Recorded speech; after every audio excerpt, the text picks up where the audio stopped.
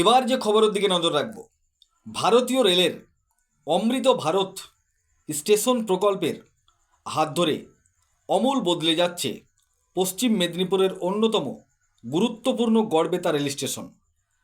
একসময়ের সাধারণ এই রেল স্টেশনটি এখন কার্যত আধুনিক সুযোগ সুবিধার এক অনন্য কেন্দ্র হয়ে উঠেছে।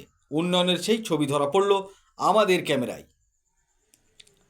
স্টেশন চত্বরে পা রাখলেই চোখে পড়ছে ব্যাপক কর্মযজ্ঞ।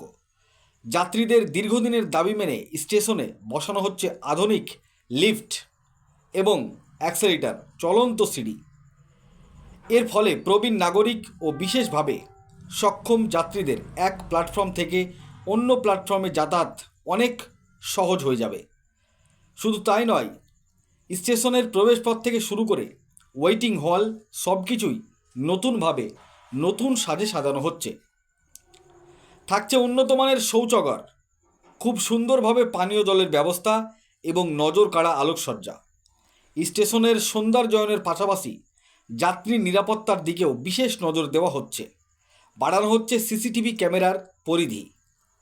স্থানীয় মানুষজনের মতে গড়বেতা একটি পর্যটন এবং বাণিজ্যিক কেন্দ্র হওয়ায় এই ভোলবদল এলাকার অর্থনৈতিক উন্নয়নের বড় ভূমিকা রাখবে।